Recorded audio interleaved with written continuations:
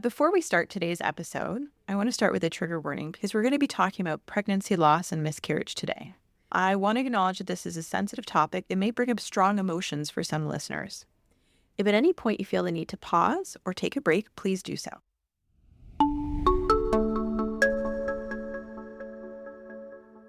The next thing we want to talk about is the different terms that we use to describe miscarriages, because they help give us a clue in terms of how that miscarriage has happened, how it's going to progress, and how we need to manage it.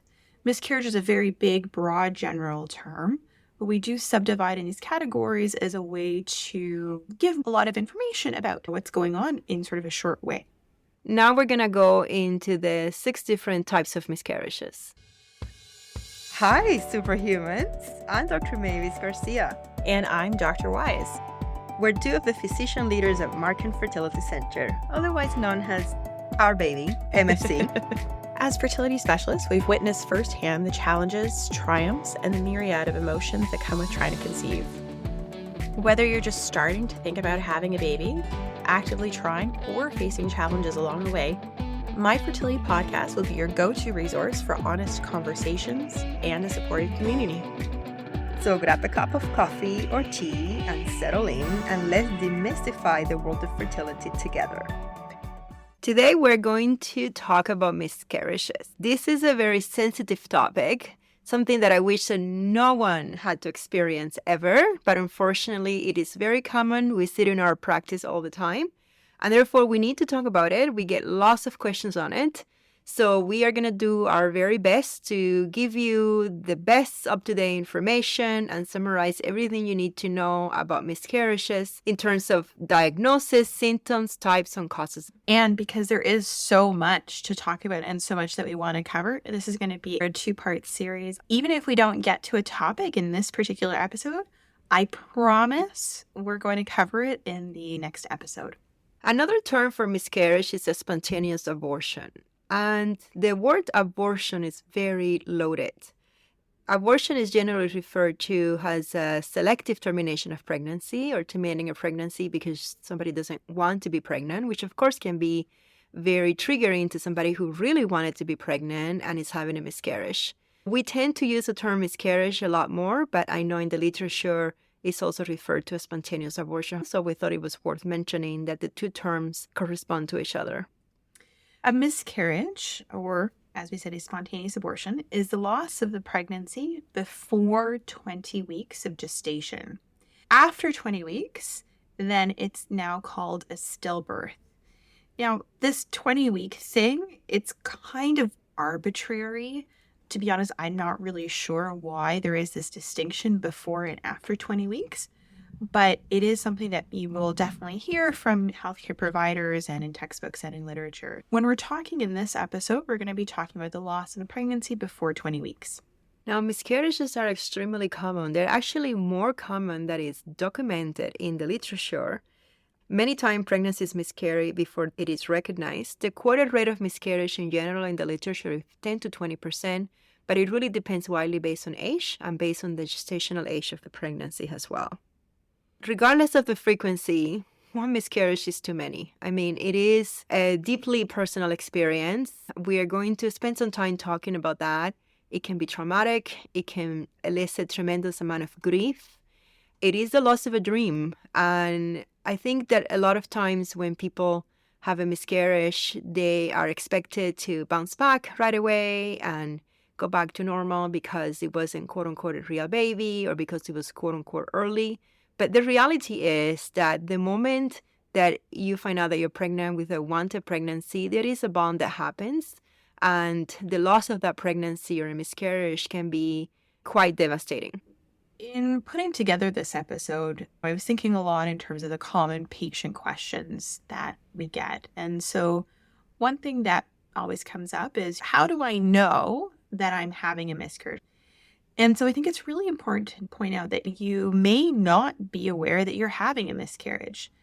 There are many people who will experience a miscarriage that may not have any symptoms, and we're going to talk about that. In people who are having symptoms of a miscarriage, the most common things would be things like bleeding, Oftentimes, the bleeding will progress from light to very heavy. When somebody's having a miscarriage, it can be normal to be soaking a menstrual pad in an hour and that happening for a few hours. A person may also pass blood clots that could be the size of a few centimeters. You may pass some grayish colored tissue as well.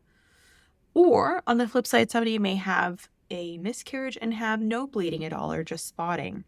With a miscarriage, if somebody's having symptoms, they may be having menstrual cramps, very severe menstrual cramps, or abdominal pains. But often people do talk about it as being very severe menstrual cramps. Sometimes people will talk about a lower back ache that it could be anywhere from really mild to quite severe.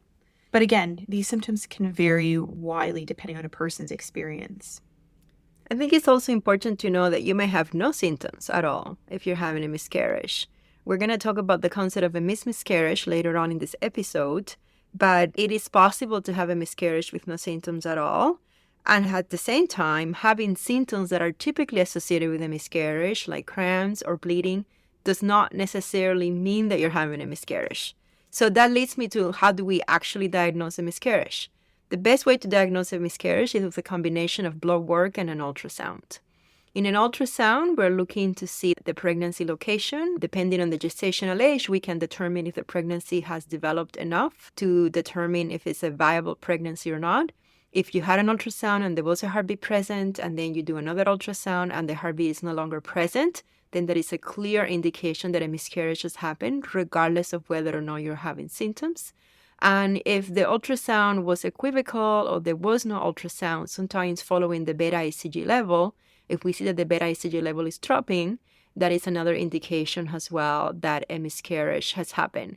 Beta HCG levels are less reliable because we know that the HCG levels go up and then they peak and then go down slowly. So an ultrasound is the most reliable way of diagnosing a miscarriage. As part of the diagnosis, the reviewing of symptoms and what the person is experiencing is also really important. We do want to try and figure out, how much bleeding somebody is having. So oftentimes we ask about the number of pads, let's say, that somebody is filling. How much cramping, how much abdominal pain, where the pain is. Is that person experiencing a fever? Because that's a really important thing to find out, because that will change management. Another thing is that we'll often talk about symptoms that could be associated with blood loss. Certainly when somebody is having a miscarriage, there can be very significant blood loss, and some people may have some shortness of breath. They may feel dizzy. Rarely people may be passing out or fainting, and those would be reasons to go to the emergency room. Along with that, and doing the pregnancy hormone levels, we may also take a look at what a person's blood type is to determine if they need management with something called RhoGAM, which we use in patients with certain blood types to prevent alloimmunization, to prevent complications in future pregnancies. And that's another topic that we're going to cover in the next episode. We just told you that there are no specific symptoms that are associated with a miscarriage, and that you can have no symptoms that have a miscarriage or have a lot of symptoms that not have a miscarriage. And we also told you that it's really important to review the symptoms. But the reason that we are reviewing the symptoms is because that is going to affect our management. It's not so much to diagnose whether a miscarriage happened or not, like how much bleeding doesn't tell us whether a miscarriage happened or not, but it certainly tells us how we should manage this. Do you need to be admitted to hospital? Do you need IV hydration? Do you need a blood transfusion? Do you need to have a DNC as an emergency if, in fact, you had a miscarriage? If you had a fever, that could be an indication of something more serious, like a septic abortion, which we're going to cover later on in the episode. So the reason to review the symptoms is so that we can manage the pregnancy or the miscarriage if that is what is in fact happening. Along those lines, thing that we maybe don't necessarily ask about is pregnancy-related symptoms. So what I mean by that is that somebody who experiences a decrease in pregnancy symptoms, let's say the fatigue, nausea, vomiting, that is not necessarily a sign of miscarriage or an indication that a miscarriage is going to happen or that it has happened. There are many different reasons out there why somebody may have fluctuations in their pregnancy-associated symptoms, and it is unlikely to be a predictor of miscarriage. Certainly, it's important to be aware of and to be mindful of, but that's not a reason to have an ultrasound done the same day, or it's not an emergency by any stretch. Pregnancy symptoms can fluctuate based on your gestational age. They can fluctuate based on how much you're sleeping, what you ate, and in general how you're feeling. And so they're not very helpful in predicting miscarriage. The next thing we want to talk about is the different terms that we use to describe miscarriages, because they help give us a clue in terms of how that miscarriage has happened, how it's going to progress, and how we need to manage it. Miscarriage is a very big, broad, general term, but we do subdivide in these categories as a way to give a lot of information about what's going on in sort of a short way. Now we're going to go into the 6 different types of miscarriages. For instance, the first, we talk about a complete miscarriage. In a complete miscarriage, the body will expel all the pregnancy tissue on its own. Physically, the uterus has emptied. Physically, all the pregnancy tissue has passed on its own without any kind of medical, doctor, medication, surgery intervention. This could be a situation where somebody knows that they are pregnant. They then experience significant bleeding, cramping. They will likely recognize that they're passing some tissue. And then in follow-up, let's say an ultrasound is done and it's found that all the pregnancy tissue has passed. That is a complete miscarriage. An incomplete miscarriage refers to a miscarriage that after the miscarriage happens and there is a follow-up ultrasound, there is still pregnancy tissue remaining in the uterus. And it's important because that type of miscarriage often requires medical intervention to, quote unquote, complete the miscarriage. That's why it's important to make that distinction. A miscarriage is what happens when there is a pregnancy and the embryo just stops developing, but the body has not recognized the loss. There is no symptoms, there is no bleeding, there is no cramping. This is usually diagnosed at a time of an ultrasound. The patient comes in for a routine ultrasound thinking everything is going to be okay, and then we find out that there's no longer a heartbeat present and that the fetus or the embryo has stopped developing. When there is a miscarriage, it's important to obviously diagnose it and recognize it and then help you with active management to help pass the pregnancy, which we're going to talk about in detail in part 2. Another term that we sometimes use, but less commonly, I would say actually, is a threatened miscarriage. This is a situation where somebody knows that they're pregnant, they have bleeding, they may experience some pelvic cramping, but there's no pregnancy tissue that passes. And so they may reach out to their healthcare provider, have an ultrasound done, and then it's found that there's still a heartbeat and the pregnancy is progressing on ultrasound in the way that we expect. This is not a miscarriage really per se, it's just that it was threatened to be a miscarriage, but it turns out that it's not. These pregnancies typically continue with no further issues. Another type of miscarriage, which is not very common, thankfully, is called septic miscarriages. And what that means is that a miscarriage has happened and for some reason there is an overwhelming infection, usually that affects not just the uterus but the whole body. People can have severe fever, they can have hypotension, and if it's very serious and untreated, it can actually be life-threatening. Another term that's commonly used is recurrent miscarriages. This is a term that's used for individuals who have had multiple miscarriages. Everybody will define recurrent miscarriages a little bit differently. So what I mean by that is that different textbooks, different societies, all have slightly different definitions on what recurrent pregnancy loss or what recurrent miscarriages actually means. When we look at the definitions, generally they will say that this means 2 or 3 miscarriages. Sometimes they'll include that they need to be consecutive, sometimes not.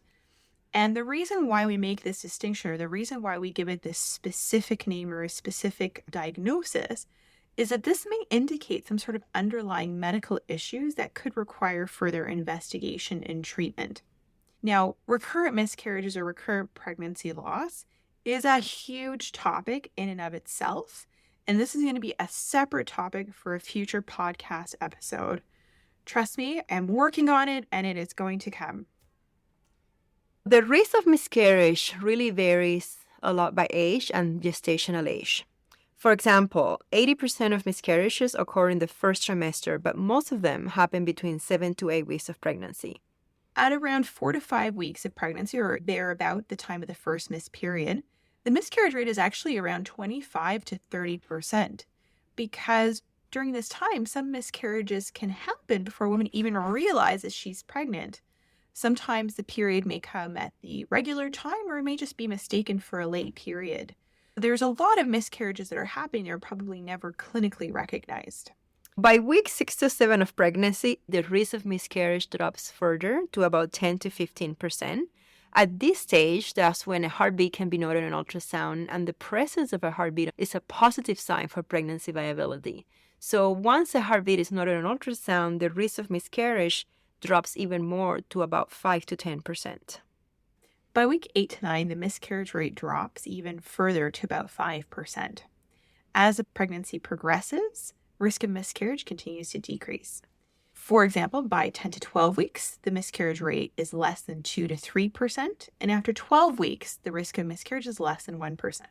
Hopefully this can give you some reassurance. I know the first trimester can be really stressful. As we mentioned, you can have symptoms that come and go, and you are not able to feel the baby move yet. But as you can tell from the statistics, if there is a heartbeat present on ultrasound at about 8 to 9 weeks, and again at 10 to 12 weeks, the risk of miscarriage does decrease significantly. Miscarriages can happen for a variety of reasons, and it's important before we go through it to point out that many of them are beyond anyone's control, and many of them are not due to something that you did or something that you didn't do. So let's go through some of the most common causes of miscarriage. The most common cause of miscarriages is genetic factors. For example, genetic abnormalities are the leading cause of miscarriages, accounting for more than 50% of the cases. These genetic abnormalities happen during fertilization when the egg and the sperm join and two sets of chromosomes come together. Chromosomes are these tiny structures inside the cells that carry the genes. Genes determine a person's physical attributes and assign sex, hair, eye color, body type, etc. Sometimes when fertilization happens, these chromosomes can be rearranged in the wrong way so that genes are in different places where they're supposed to be, and this will lead to an embryo implanting and starting the development process, but not completing the fetal development because of the problem with chromosome rearrangement in terms of numbers and position of the chromosomes. These things are random and they're unpredictable errors in the embryo's genetic code, which makes it non-viable. The chances of chromosomal abnormalities is highly associated with the age of the egg where the embryo came from. Now, over the past few years, you can actually test the genetics of pregnancy tissue. So if somebody has a miscarriage, you can potentially do genetic testing on it to determine whether genetics was the cause for the miscarriage. There's 2 different tests that are out there that are available right now on the market. In one test, it's a tissue test. You have to actually collect the pregnancy tissue, and then it can be sent for genetic testing, specifically looking at the chromosomes. There's a newer test that is called non-invasive product of conception testing. It's a blood test that can look for fetal DNA inside the bloodstream of the person carrying the pregnancy. Now, although a blood test may seem easier, one important caveat is that this person cannot have had any bleeding. So really, being able to do this blood test is only applicable if somebody has a missed miscarriage and they proceed with the blood work before any bleeding has occurred. Testing of tissue, again, involves the collection of tissue, which can be really challenging as a miscarriage is happening because there can be a lot of bleeding, a lot of blood clots, and it can be really difficult to distinguish what is actually fetal tissue versus what is blood clot. And again, the collecting of it can be kind of tricky. Now, these tests are not covered under OHIP, and as of the summer of 2024, the cost ranges about $600 to be able to do the testing. If somebody's interested in doing the testing, there is a specific kit, especially for the tissue testing, that helps you collect the pregnancy tissue and it gets sent out.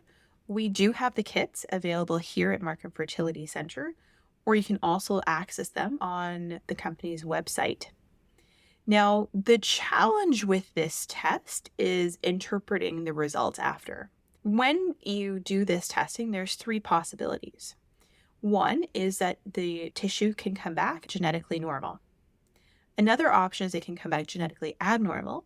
And the third option is that it may come back inconclusive because there was not enough fetal tissue or fetal DNA, or they weren't able to extract the fetal DNA from the tissue because of the collection, etc.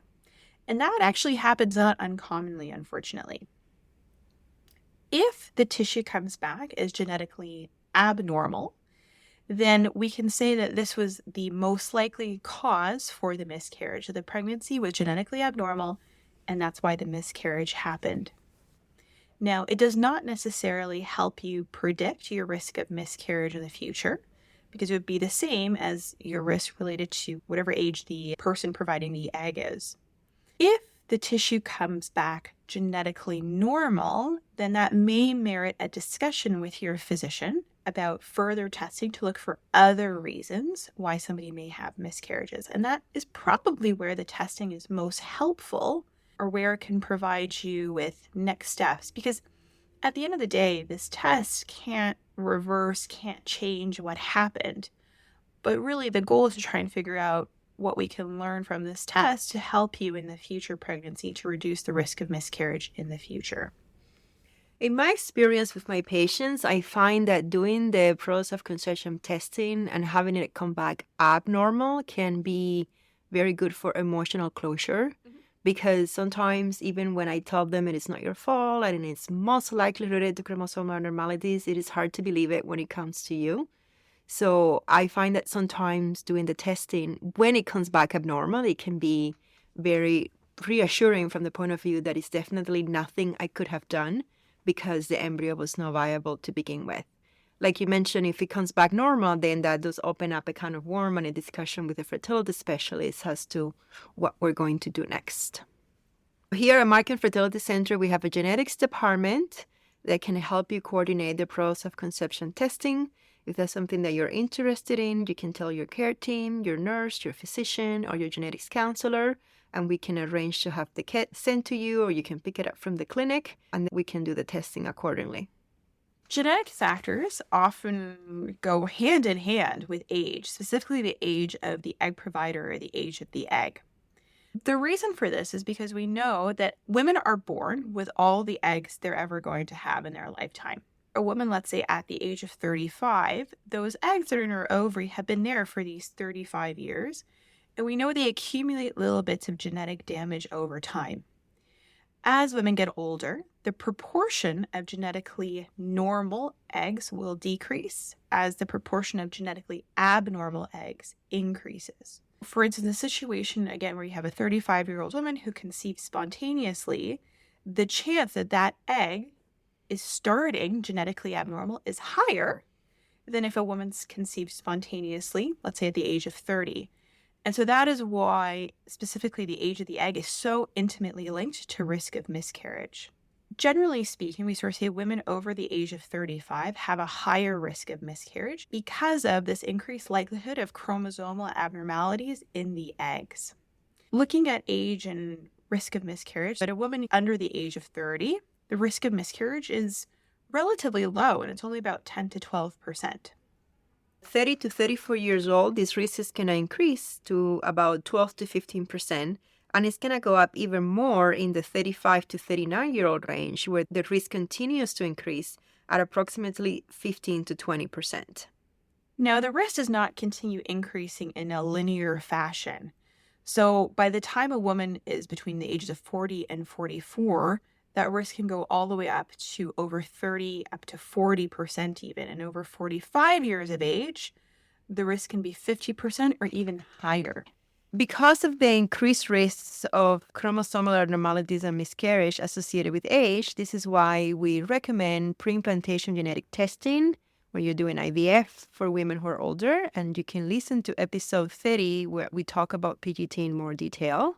On episode 22, we had a wonderful discussion about egg freezing. Now, it might seem a little weird to mention egg freezing in this moment.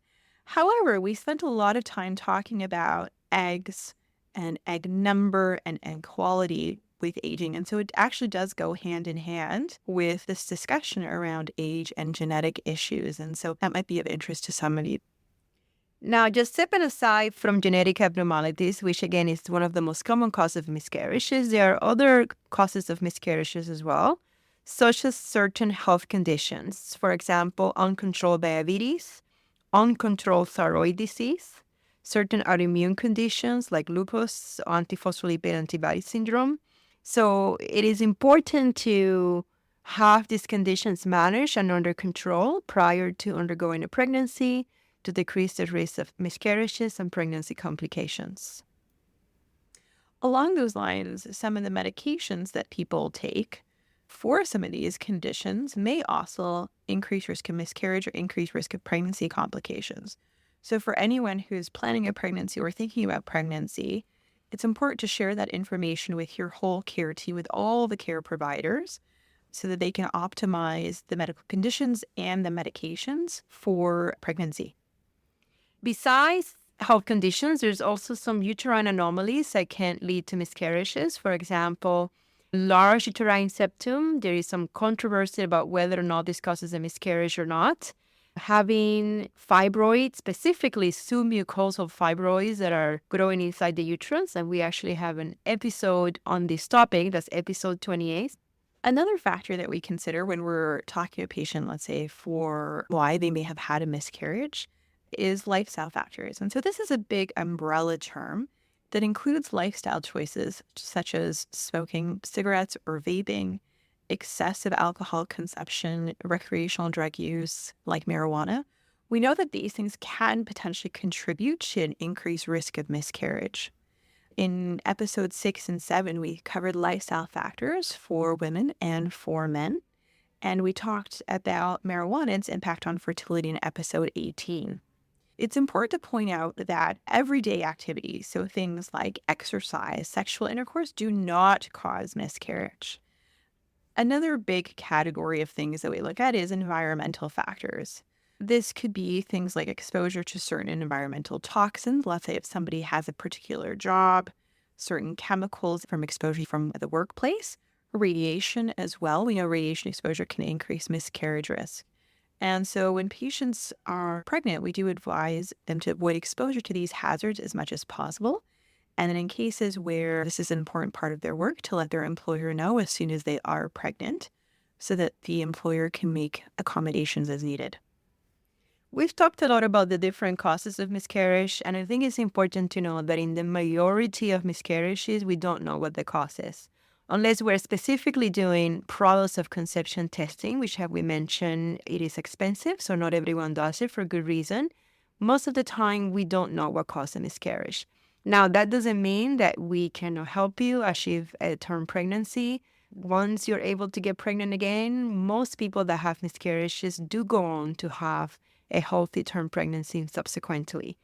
And I think it's important to also talk about things that do not cause a miscarriage, because it's very common when people have a miscarriage to blame themselves and go through the mental checklist of everything that they have done and wonder if that was the reason for miscarriage. Having sexual intercourse does not cause a miscarriage. Stress is not a cause of miscarriage. Doing exercise is not a cause of miscarriage. Also, lifting heavy things, picking up your children, moving furniture, going up the stairs, going down the stairs, those things are not the cause of miscarriages. Other things that do not cause miscarriage, missing one dose of your prenatal vitamin. That's something that I hear a lot from patients. That absolutely does not mean that that's why you had a miscarriage or increasing risk of miscarriage. Having a glass of alcohol before you knew that you were pregnant.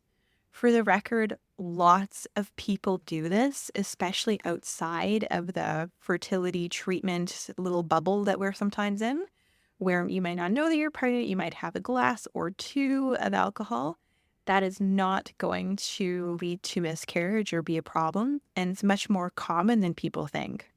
Also, there are no foods that cause a miscarriage. We do talk in pregnancy about not eating things that are raw or unpasteurized or deli meats. But even if you ate these things, unless you actually had an overt infection with listeria, which is very rare, just the fact that you ate them without an infection would not be a cause of a miscarriage.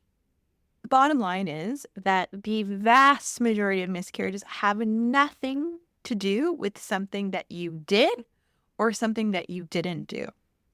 And tell that to your friends and your relatives who are trying to give you unsolicited advice about why you may have had a miscarriage.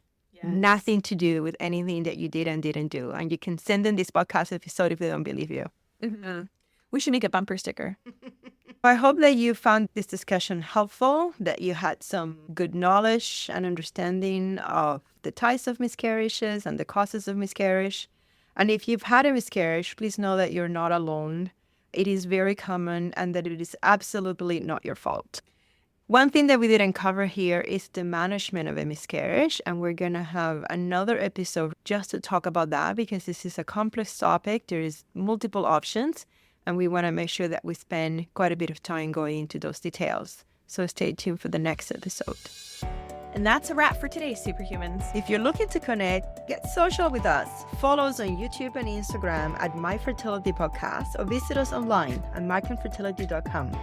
And don't forget, follow, subscribe, and share your favorite episode. Thanks for listening to My Fertility Podcast and for being a vital part of our community. We know you've got this. We're signing off until next Tuesday.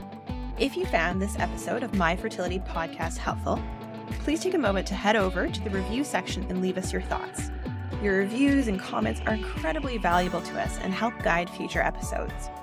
We also welcome you to direct your questions to info@myfertilitypodcast.com. My Fertility Podcast is produced by Rabbit Media Inc. in conjunction with Dr. Garcia and Dr. Weiss. Music from Mix Kit Raising Me Higher by Ajay Stelino. My Fertility Podcast is not intended to replace any type or variation thereof professional medical, health, or legal advice, nor should the content be taken as medical advice. Please contact your primary healthcare professional regarding any medical questions you may have. The information presented in this podcast is based on the knowledge and understanding of the host at the time of recording. Medical knowledge is constantly evolving, and new research may change the understanding of health-related topics. While we strive to provide accurate and up-to-date information, we do not guarantee the completeness, accuracy, or timeliness of the content. The views expressed in this podcast by guests are not those of the host or the management. This podcast is not intended to impose any type of discrimination. My Fertility Podcast and its management are not responsible for any losses, damages, or liabilities that may arise from the use of this podcast.